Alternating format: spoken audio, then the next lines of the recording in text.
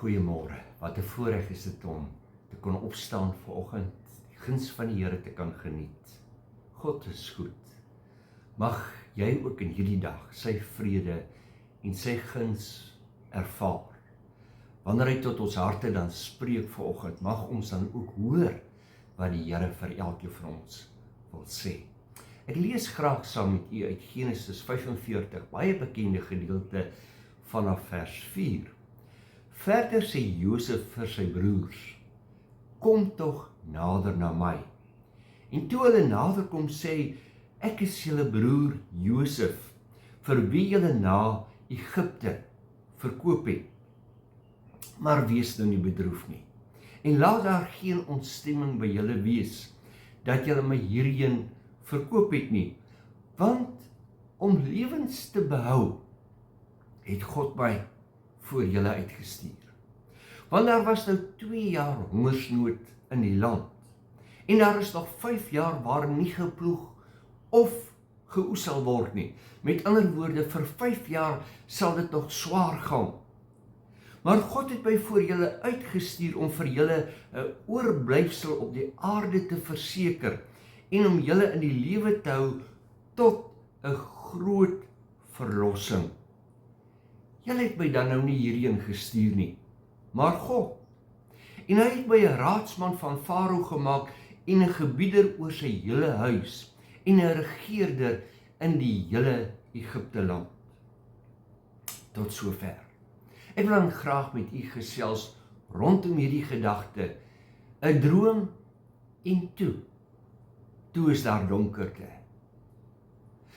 Baie keer maak die pad wat ons stap vir ons geen sin nie.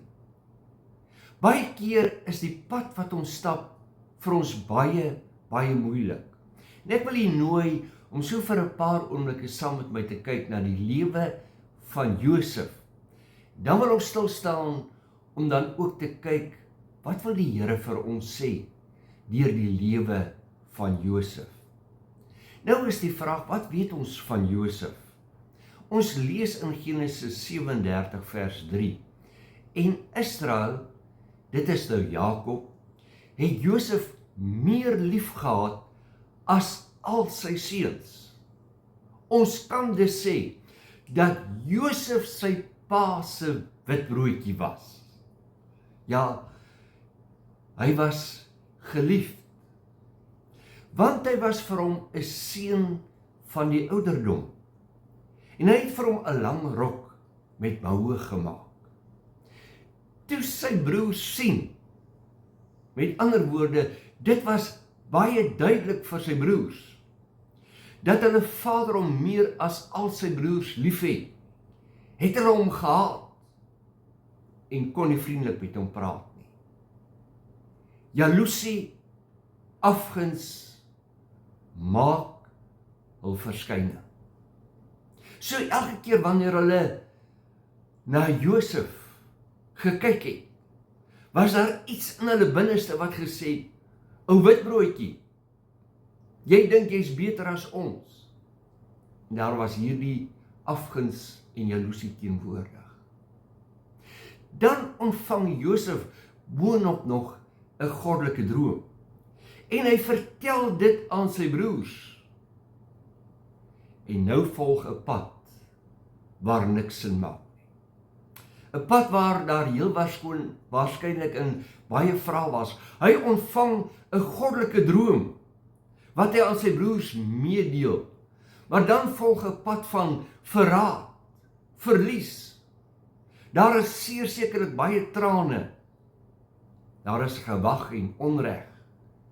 En tog wanneer die gordyn uiteindelik oopgaan, sien ons dat God elke tree gebruik het om lewe en voorsiening te bring. Wat gebeur in hierdie verhaal? Josef se eie broers verkoop hom. Hy beland in 'n put.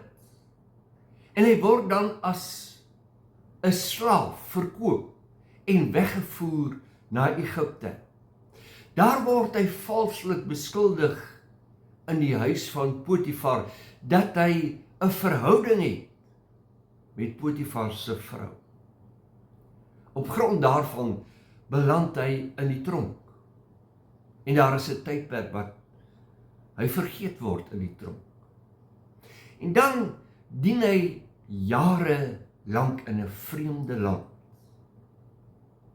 Daar is geen skrif wat vir ons sê dat aan Josef verduidelik is waarom al hierdie dinge met hom gebeur het nie. Tog vind ons te midde van hierdie omstandighede dat Josef getrou bly aan die Here. En ek wil vir jou sê, vriend, luister mooi vanmôre. Baie keer beland ons in omstandighede en hierdie omstandighede maak dat ons God wil bevraagteken, dat ons wil handdoek ingooi. Want die feit van die saak is, ons het nie altyd al die antwoorde op ons lewenspad nie. Ons praat nie graag oor hierdie tye nie, want dit is tye wanneer niks sin maak nie. Die oomblikke waarin ons nie verstaan nie. Wanneer ons daaroor praat, word dit soms vertolk as geestelike swakheid. Soms maak die pad wat ons stap ons so seer. En dan is die vraag wat by ons opkom, is God werklik in beheer? Het die Here dalk van my vergeet? Josef se pad was nie 'n reguit pad of 'n teerpad nie. Josef se reis het gegaan van geliefde seun na 'n verwerpte broer. Hy het alle rede gehad om bitter te word in sy lewe. Hulle wat veronderstel was om hom by te staan, het al rug op hom gekeer. Verwerpte broer. Vanaf die put na 'n slaaf. En dan wil ons vra, wat het van sy droom geword? Wat het van hierdie goddelike droom geword? Moontlik kon Josef dan ook sê, Here, ek verstaan nie. Ek is dan so oortuig dat U hierdie droom aan my gegee het. Wat het daarvan geword? 'n Onskuldige man word 'n gevangene. Dan vanaf die tronk word hy weer verhef na die paleis. U sien, God se beloftes het waar gebly, maar die pad wat Josef gestap het, het seer gemaak. Dit wat tussen punt A en B gebeur, is baie keer vir ons onbekend. En laat ons soms met ongemaklike vrae, ja, tussen geboorte en daardie dag wat ons die asem uitblaas, is besaai met opdraandes en afdraandes. Daar is baie keer hierdie hindernisse waarin ons sê, maar Here, het ek verkeerd verstaan? Het ek verkeerd gehoor? Baie keer dink ons dat as God my lei, sal dit maklik wees. As ek hierdie goddelike droom het, sal die pad gelyk wees.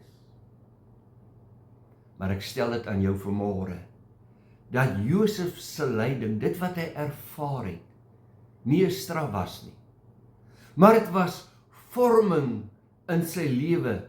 Daar in die put het hy geleer wat nederigheid is. Hy is wel geliefd deur sy pa, maar sy broers haat hom. Ek stel dit aan jou. Dis nie almal wat van jou hou nie. Dis nie almal wat altyd bly is om jou te sien nie. En ek en jy moet leer om dit te hanteer. In Potifar se huis moet hy leer wat integriteit is. Terwyl Potifar se vrou alles in haar vermoë doen om hom te verlei, neem Josef hierdie standpunt in. Hy sal nie vir haar val nie. Dit is nie sy vrou nie, dis 'n ander man se vrou. Hy sal integriteit openbaar. In die tronk sou hy leer wat geduld is. toe hulle van hom daar vergeet, moes hy dit leer. En sekerlik kon hy daar in sy omstandighede gevra het, Here, hoekom en waarom? By Farao sou hy leer wat wysheid is. Hier sou hy volkome op God moes staat maak vir leierskap. Die man wat uiteindelik sy broers omhels, is nie die 17-jarige dromer nie. Dit is 'n man wat deur vuur gegaan het. Maar weet jy, die vuur, sy omstandighede het hom nie vernietig nie. Dit het hom gevorm, dit het hom 'n sterker mens gemaak. Vir jare, luister mooi, vir jare het niks sin gemaak nie. Hy het alles reg gedoen, maar is sleg behandel. Tog kry ek die indruk dat hy God vertrou het. Mense mag van hom vergeet het, maar God het nie.